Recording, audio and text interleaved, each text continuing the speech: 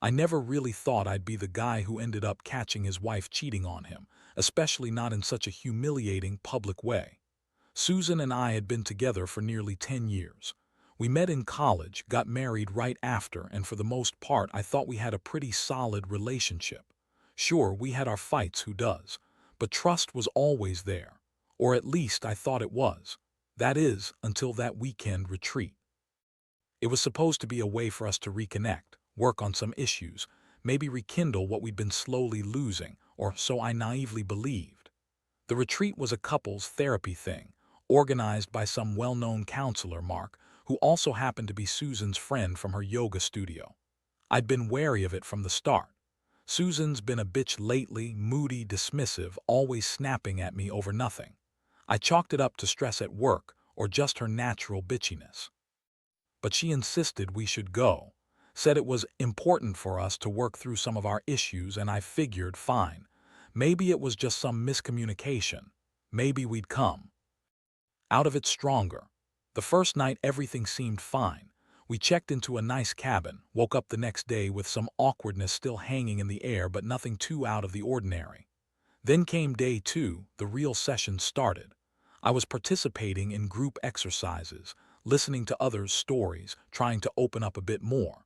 Susan was off doing her thing with the group leader, Mark, supposedly during individual breakthrough sessions. That's what she kept claiming afterward, that Mark was working with her one-on-one, helping her with her issues. It was during the afternoon break that I noticed something strange. I'd gone into the cabin to grab a drink and I saw her come out of Mark's room, her hair a little disheveled, her face flushed, and she quickly straightened her shirt when she saw me. I was stunned. She just brushed it off, joked about feeling tired, but I caught the flicker of guilt in her eyes. It didn't sit right with me, but I figured maybe I was overthinking it. Maybe she was just exhausted, or maybe it was the heat. Still, I couldn't shake the feeling that something was terribly wrong.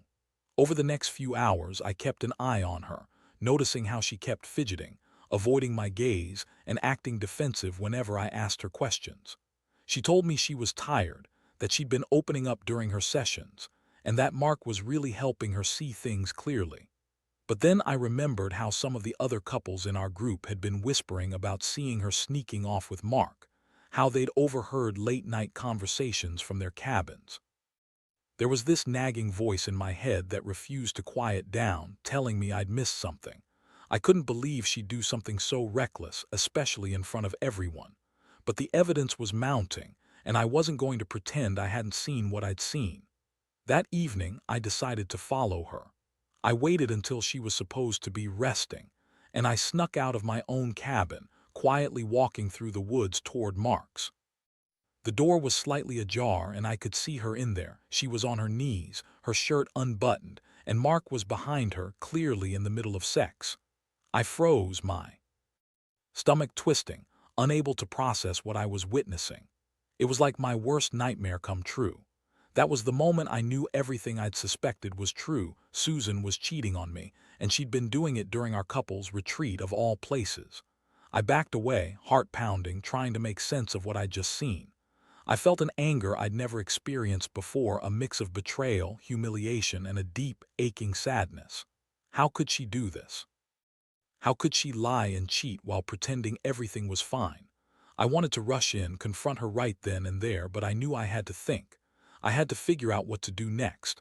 But one thing was clear. The woman I thought I knew was gone, replaced by someone I didn't recognize, and my entire world was crashing down around me. I didn't sleep much that night. My mind kept circling back to what I'd seen, replaying every detail over and over.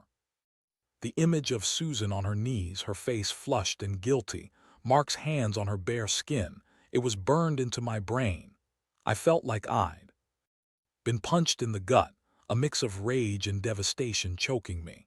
I kept asking myself how she could do this, how she could betray me like this in the middle of what was supposed to be a healing retreat. By morning, I knew I couldn't keep quiet. I had to confront her, but I needed to plan how. I didn't want to just explode, knowing it might ruin everything, or worse, make her get defensive and lie her way out of it. I thought about waiting until she came back from her session, but I also knew I couldn't keep pretending I didn't know what she'd been up to. So I decided I'd catch her in the act, confront her face to face, and see what she'd say. When she finally came back to the cabin that morning, I was sitting on the porch, pretending to read. She looked her usual bitchy self, a little more pissed off maybe, or just annoyed that she'd been caught. She tried to act like everything was fine, brushing past me with that fake smile, but I wasn't buying it. I called her out, told her I knew what she'd been doing, and asked her to explain herself. Her eyes went wide and she spun around, trying to play it off like I was crazy. "Are you serious, Tom? What are you talking about?" she sneered, crossing her arms. "You're just paranoid. You've been so distant lately. Maybe I just needed some comfort, okay? Mark's a good listener and I wasn't cheating, I swear. You're overreacting as usual." Her voice sounded acidic, like she was pissed she got caught but was trying to save face. But I wasn't buying it. I knew her game. She was a bitch who lied her way out of everything. I pulled out my phone, showing her the pictures I took, not just of her leaving Mark's room, but the one I took secretly during the session when she thought I was just outside, pretending to be engaged in the exercises. The evidence was irrefutable. Her face twisted into anger, then contempt. She scoffed, trying to dismiss it, saying I was crazy, that I had no right to invade her privacy, that I was imagining things. I felt my blood boiling. How could she deny it so blatantly? How could she lie so effortlessly? That's when the realization hit me like a freight train. She didn't care about our marriage, about me, or about the pain she was causing. She was just acting like a bitchy, entitled woman who thought she could get away with anything. That moment, standing there staring at her cold face, I knew I couldn't stay silent. I had to do something, and whatever that was, it had to be brutal. The worst part, I didn't even know if I wanted to save the marriage anymore. Part of me was broken beyond repair. I'd trusted her for so long and she'd just thrown it all away. But I also knew I couldn't just walk away without some kind of response. I needed to make her feel what I was feeling: the betrayal, the humiliation, the anger. I decided I'd let her have her say, but I wasn't going down without a fight. I'd get revenge. I didn't know exactly what that looked like yet, maybe expose her to everyone, maybe take her for everything she's worth, but I knew I had to do something. Over the next few hours, I started planning. I contacted a couple of friends, guys I knew from work, who owed me some favors, and laid out what I'd uncovered. I didn't tell them everything, just enough to make them understand how rotten she was. I wanted her to see that I wasn't just some guy who'd been duped. I was ready to fight back, to make her pay for her lies. I felt the adrenaline surge through me, sharpening my resolve. This wasn't going to end quietly. No, I wanted her to understand just how badly she'd screwed up. As the day went on, I kept her at arm's length, pretending everything was normal even though inside I was burning with fury. I played the calm, collected husband for now. But underneath that facade, I was already plotting my revenge. I didn't care if it was petty, cruel, or just plain old destructive. She had crossed a line, and I was going to make sure she regretted it. I had no idea how I was going to do it yet, but I knew this wasn't over. Not by a long shot. The next couple of days felt like a slow descent into chaos. I kept up the act of being the understanding husband, but inside I was anything but. Every time I saw her sneer or smirk, I felt a renewed surge of anger. It was like she thought she was untouchable, that she could just lie and cheat and spin her web of bullshit without consequences. But I was done playing nice. I decided the best way to handle this was to hit her where it hurt, publicly, subtly, but undeniably. I wanted her to know I wasn't just some pushover who'd forgive her once she threw a tantrum or played the victim. No, I was planning something much more calculated, something she'd never see coming. I started gathering evidence, not just photos but messages, witnesses, snippets of conversations. I even managed to get into her phone when she left it unlocked. She was so confident, so sure I wouldn't do anything. That's what made her so arrogant, the assumption that she could keep her secrets forever. I knew I had to be careful. If she caught me snooping, she'd spin it into some trust issue, or blame me for invading her privacy. That's exactly how. She always spun things as if she was the victim, but I wasn't going to give her that satisfaction. I was going to make her regret every lie, every sneaky glance, every late-night rendezvous with Mark. One afternoon, I got hold of a recording of her talking to one of her friends, bragging about how she was finally free from me, that I was boring and not enough. She also mentioned how Mark was amazing and how she was really opening up with him. Hearing her say that, after everything she'd lied about, made my stomach turn.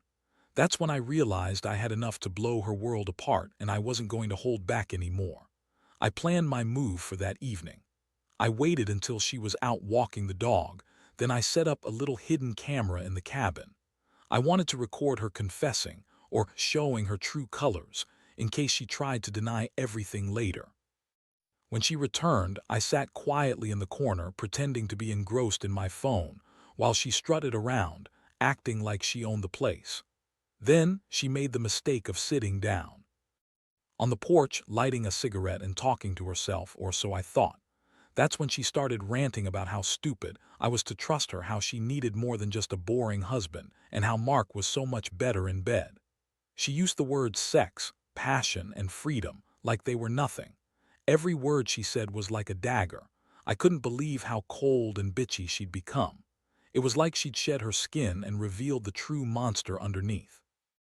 I kept recording, heart pounding, waiting for her to slip up or say something really damning. And she did. She started talking about the weekend retreat, how she'd planned everything, how she'd done it for herself, and that I was just a safe fallback. I could hear the venom in her voice. I'd never hated someone so much in my life.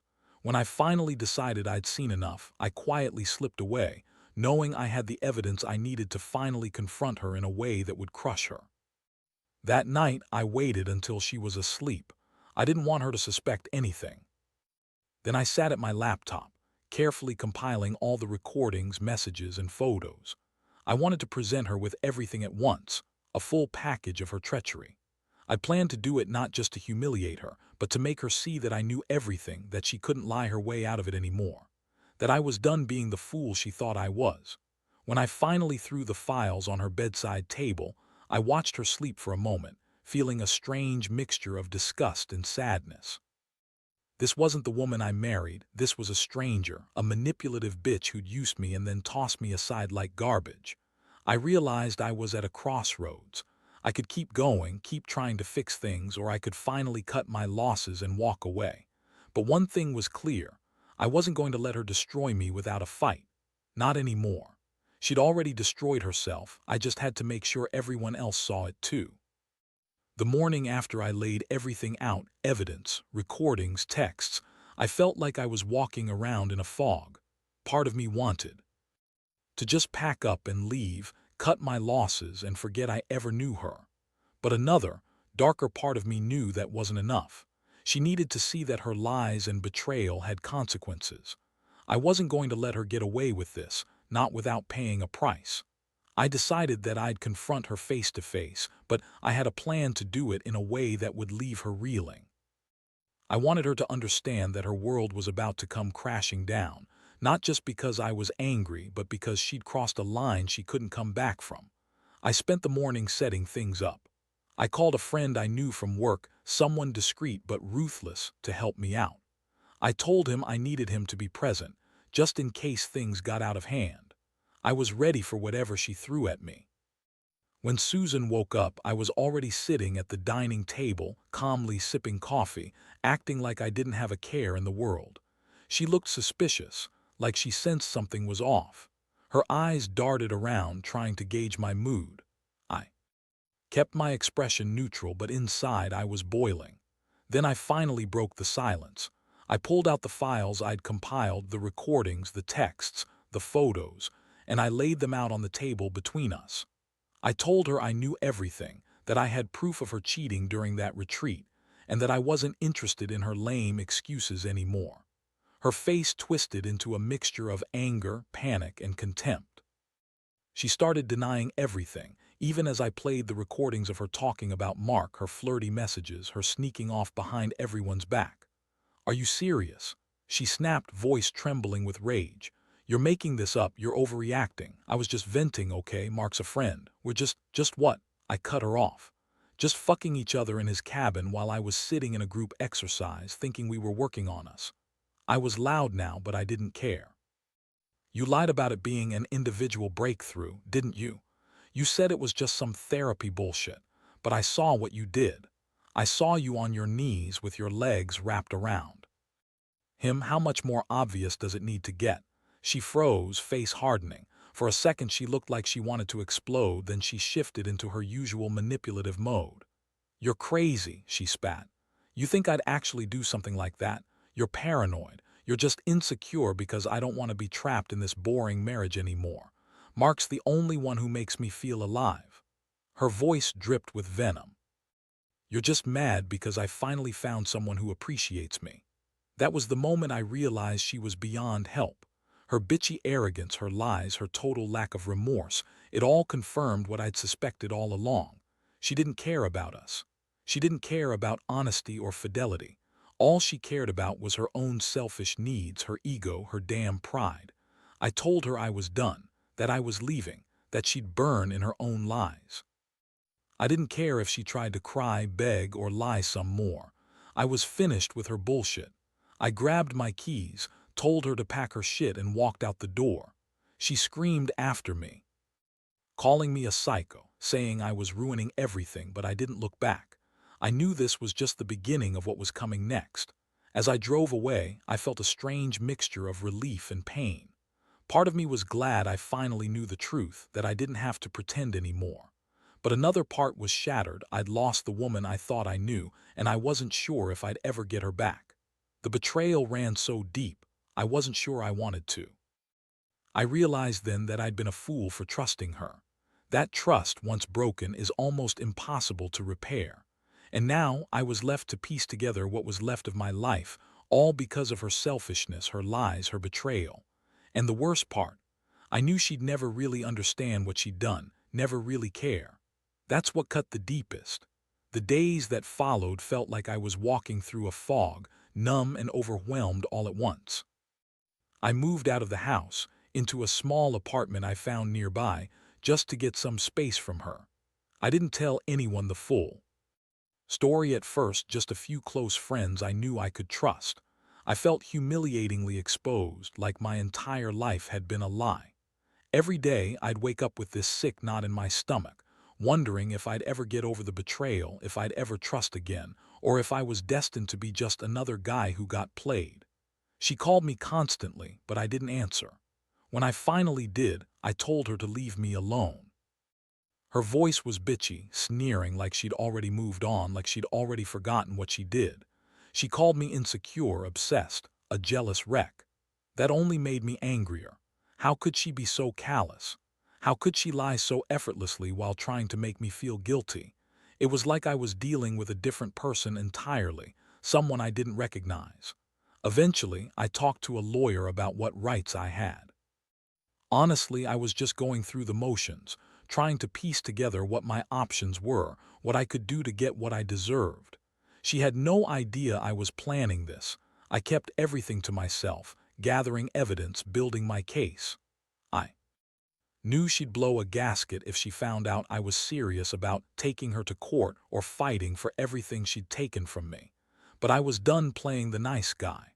One thing that really hit me hard was realizing how much I'd trusted her. We weren't perfect, sure, but I genuinely believed she loved me. And to find out she'd been sneaking around, fucking our group's therapist behind my back while claiming she was working on herself, that shattered whatever fragile sense of stability I still clung to. It made me question everything. Every moment, every conversation, every laugh we'd shared. Was she even capable of loving me? Or had I been just another fool in her game?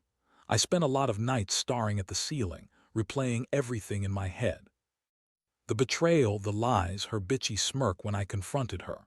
The worst part was how she kept lying, even when I had proof. She'd deny it all until the bitter end, as if she was trying to rewrite history.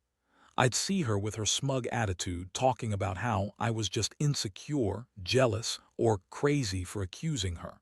That made me realize I'd been a fool for so long. I'd been defending her, making excuses, trying to fix this broken mess. But she didn't want fixing. She wanted to run away, cheat, and lie her way out of everything. I also started thinking about what I'd do next. Do I try to save the marriage? Do I fight for full custody of the house? Do I try to ruin her reputation, expose her to everyone she cared about? Part of me wanted to make her regret everything she'd done, to show her she couldn't get away with betraying me and pretending it was nothing. But deep down, I knew revenge could only do so much. I'd been hurt so badly, I questioned whether I could ever really forgive her, or if I even wanted to. One night, I sat in my apartment, staring at my phone, trying to decide whether to call her one last time or just block her completely. I was tired of her bitchy comments, her lies, her manipulations. Honestly, I felt like I was just surviving one day at a time, waiting for the storm to pass. I knew I had to rebuild my life from scratch. But I didn't know if I was ready. All I knew was that I'd never trust her again, and that the woman I'd loved and married was gone, replaced by someone I wouldn't recognize even if I saw her on the street. The betrayal cut so deep, I wondered if I'd ever feel whole again. I'd lost so much in that one moment: my wife, my trust, my sense of security. But I also realized something. I was stronger than I thought. The pain was real, yes, but so was the drive to move forward. I didn't want her to control my life anymore. I was done being the victim. Now it was time to take back what was mine, even if it meant starting all over from scratch. It took weeks, maybe even months, to really start feeling like I was regaining some control over my life. The shock of everything had worn off, and I finally allowed myself to feel the full weight of what had happened. I'd lost my wife, yes, but I also gained clarity. I saw her for exactly who she was: manipulative, selfish, and utterly lacking in remorse. That realization was painful, but it was also freeing. I threw myself into rebuilding my life. I cut ties with her completely. No more calls, no more texts, no more pretending there was any hope left. I wanted her out of my mind just as I wanted her out of my life. I started focusing on my career again, reconnecting with friends I'd pushed aside, and even began therapy myself. It was a slow process, but each day I felt a little stronger, a little more in control. Looking back, I realize I learned a lot from this nightmare. Trust is fragile, and I'll never take it for granted again. I should have seen the signs earlier, but I was blinded by love, or maybe just naivete. I trusted her because I wanted to believe she was the woman I married, but it turned out she was just playing a part. I also learned that revenge, while tempting, doesn't fix the pain. The only thing that truly heals is time and distance, the understanding that I deserve better, that I don't have to accept betrayal or lies. To anyone out there going through something similar, I'd say this: don't ignore the signs. Pay attention to how your partner acts, how they talk about you when they think no one's listening. And if you find yourself in the same situation I did, trust your gut, gather your evidence, and don't be afraid to walk away. Because no matter how much you love someone, they can still decide to betray you in the worst way possible. And the only way to truly move on is to accept that some people aren't worth your pain. Now, I'm focused on rebuilding myself, piece by piece. I don't know what the future holds, but I know I won't be with her again. I've learned that the hard way. Trust is hard to rebuild once broken, and some wounds never fully heal. But I refuse to let her define me. I am stronger than her lies, and I will move forward one day at a time, knowing I survived the betrayal that nearly destroyed me. And maybe someday I'll love again, but this time with my eyes wide open.